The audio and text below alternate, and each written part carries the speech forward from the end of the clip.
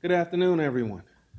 I think I know everyone in the room, but in the event that I don't, and for anyone who might be watching online, my name is Michael Sibley. I'm the Director of Communications here at the Alabama State Department of Education.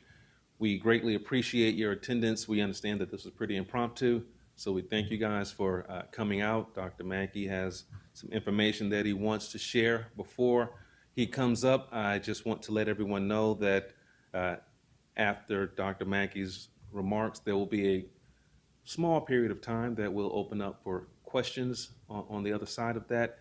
If you would, there's a microphone in the back of the room, and I know for those of you who are sitting here, you can hear yourselves just fine in the room. But for those who are watching online, they cannot hear you unless you are behind that microphone in the middle aisle. So if you would make your way to that microphone and ask your questions for the benefit of those who are watching online. With that said, I will bring forth our State Superintendent of Education, Dr. Eric Mackey. Thank you, Dr. Sibley. Thank you all for coming out this afternoon. I know that it's of course, when we call a press conference in an afternoon like this, you're wondering what's going on. We have distributed a press flyer, and I'm going to pretty much, my comments are going to very closely follow that. And as Dr. Sibley said, we'll be able to take a few questions at the end. But I am here to announce to you that on June 17th, our information services team interrupted an attempted hack on the department.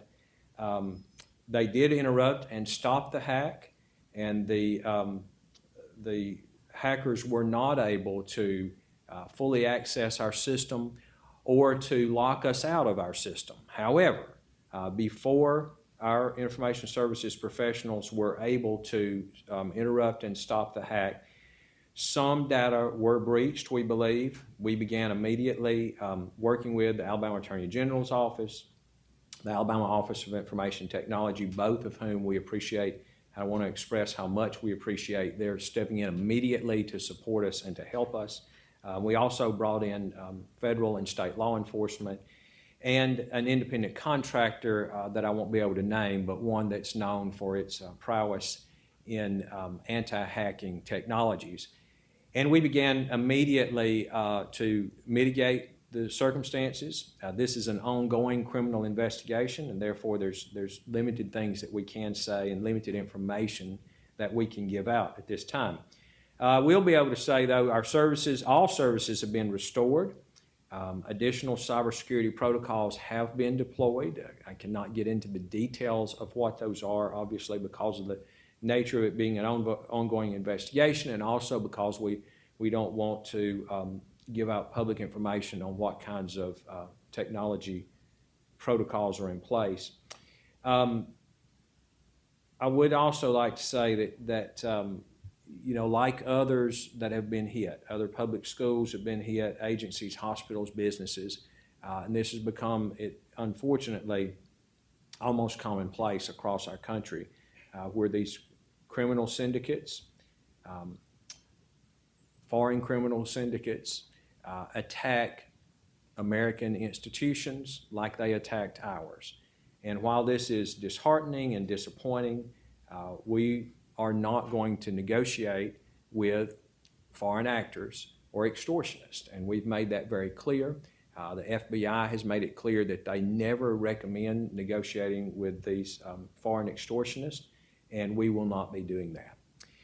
All of our data are back up and running, by the way. We were able to restore every server using backups that we had. We know that those are clean backups, and they have all been checked to make sure that there's no extraneous code that could be used against us in the future. So all of our services are back up and running. Many people have been questioning over the last couple of weeks. It's been a little slower to process teacher certification. Some things have seemed glitchy, and that's the reason, is because we have been taking servers up and down to make sure they were clean, to make sure that everything flows properly, but now those things should be all working just fine.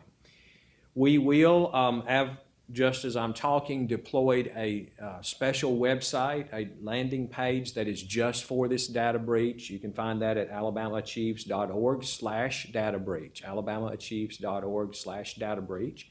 And there is information on there now, and there will be additional information posted in the weeks to come as this investigation unfolds and comes to its conclusion.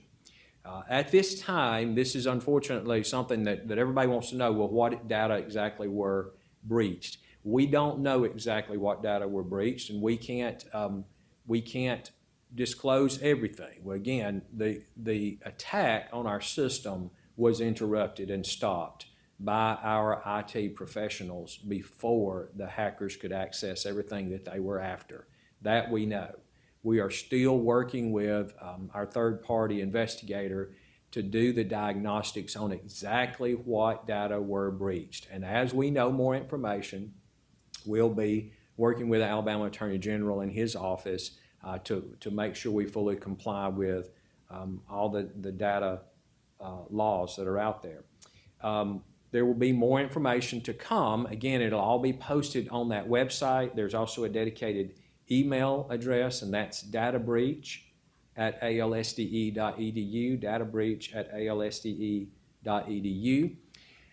The website is live, but I also want to give notice to folks that the website will be on hiatus in just a little bit, as will the entire Education Department website. So we have, because of the ongoing work that we're doing, we had already scheduled to take down our website tonight for some critical updates. They asked me, they said, since you're doing this press conference this afternoon, would you like for us to delay that and maybe do the updates? And I said, if they're critical updates, they're critical updates. So at 5 o'clock this afternoon, the entire Department of Education website and all of our services will be down for a period of 2 to 4 hours before they come back up. Again, that was already previously scheduled, and I didn't want to reschedule it. And I'm sorry for the inconvenience that may cause for folks, but the site will be back up and working later tonight and certainly throughout the weekend. That's about all the information that we have for right now. I will be glad to take a few questions. I will warn you ahead of time for those of you who are used to my taking questions, and I'm always pretty forthcoming about answering questions, but there will be very little more that I can say because of the nature of it being an ongoing criminal investigation. But with that, Dr. Sibley, would you like for me to just take questions, or you want to call on folks? Again, ask people if you have a question, even if you're up here in the front, if you'd please go to the microphone so folks who are hearing the live stream can hear the questions. I think there are so few of us in the room that if you would make your way to the microphone and have a question, we'll go from there.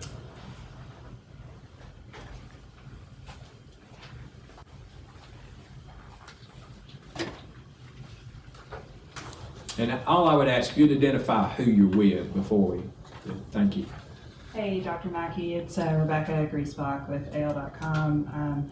I was wondering if you could say anything additional about where the vulnerabilities were. I mean, did this come through a login or a phishing attempt or PowerSchool, anything like that? Yeah, I wish that I could. I knew that question would come, but unfortunately, due to the nature of the investigation and under advice of counsel, we just can't give any of that information out at this time. Down the road, that may be something that can be shared, but again, we're following the lead of federal investigators. They are leading this investigation. Obviously, it's a federal investigation because it goes across national lines, and so we're not able to talk about that.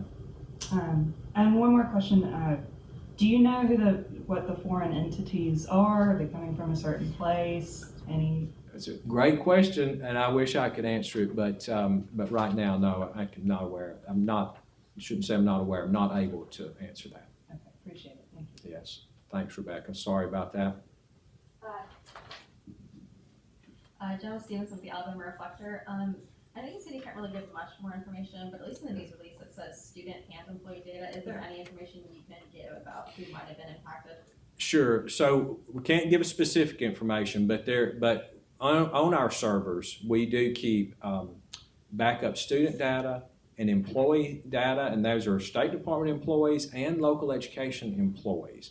So there is a possibility. And again, I can't say specifically, and I know that people are going to want to know, do you know if my data are involved? I don't even know if my personal data are involved. Obviously, I have data stored on the site. I have 3 sons who went through Alabama public schools. I don't know if their personal data is involved. But what I would say is that to all parents and all local and state education employees out there, they should monitor their credit. They should assume that there's a possibility that some of their data were compromised. To that question too, I'd like to clarify, and I know the website will clarify this more, but things like direct deposit information, we obviously don't keep that at the State Department of Education. So if people are worried, could they have gotten my bank routing numbers or any of that? No, because we don't keep any of that information. But there would be some personally identifiable information that we have on students and teachers that might have been compromised. I can't say for sure who it touches, but any of those people in those groups should be aware of that. I mean, you can already have answered this, but just in terms of like the scope of what might be out there, can you give any details? Really, I don't have any more details than that. We've brought in a third party to help go through line by line and look at which servers were tapped into and what data are on those servers, so we'll have some idea of what could have been taken. We know that all of our, again, we interrupted this and stopped it. There's no question that the attempt was to do a denial of service, that they, as we've seen unfortunately in the news, where the hackers would come in, steal data, and then encrypt your data so you can't get it without paying them off. Fortunately, and I'm very proud of our IT staff, they stopped that from happening. But we know that before they were able to stop it, some data were accessed. And again, we're still assessing exactly which data were taken. We do have information about which data possibly could be taken because we're able to look and see which servers they were not able to get to in the time they were in there. Thank you. Sure. Randy Scott, Alabama Public Television. Dr. Mackey, many times when an event like this happens, it's almost a diversionary tactic, if you will, where one entity is hit and others are hit without people knowing. Have you heard any concerns from any other entities within the school system of the state that have had concerns about suspicious activities? Can you comment on that? And are you taking steps to help them stay aware of what's going on? Yeah. Well, I cannot comment on our discussions with other state agencies, local education agencies. We certainly are always in those discussions with them, just as we take step after step after step to secure our own data. We're always working with school districts to try to help better secure their data too. I can't really comment on what's going on. I will say that I've learned, I was not surprised to learn this, but I've learned in the last several days just working with the experts we have in the field that there are data hacks all over the country that are successful every single day. Some of those are against public institutions like ours, some are against private businesses. Some get more data than others get. Some are able to get to the full end and lock down servers, and others like ours are not. But as they've told me, that this is a nonstop battle against a huge syndicate of foreign hackers that are attacking American businesses and American public agencies nonstop on a daily basis. Any other questions? Okay. Looks like that might be Thank it. you. I do want to remind everyone that if you have questions, we don't want to get inundated with phone calls, but we do understand your concern. Data breach at ALSDE.edu.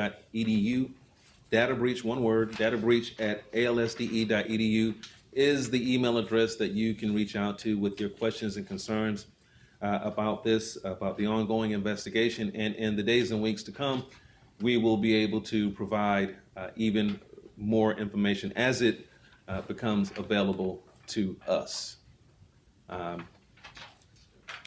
If there are no other questions, I think we will wrap up there. If, again, I know that we see some people coming in just a little late, but data breach at ALSDE, feel free to reach out to us and we will do what we can to provide any information that we have available. Thank you guys and have a fantastic 4th of July. I'm gonna sneak out. Go back upstairs.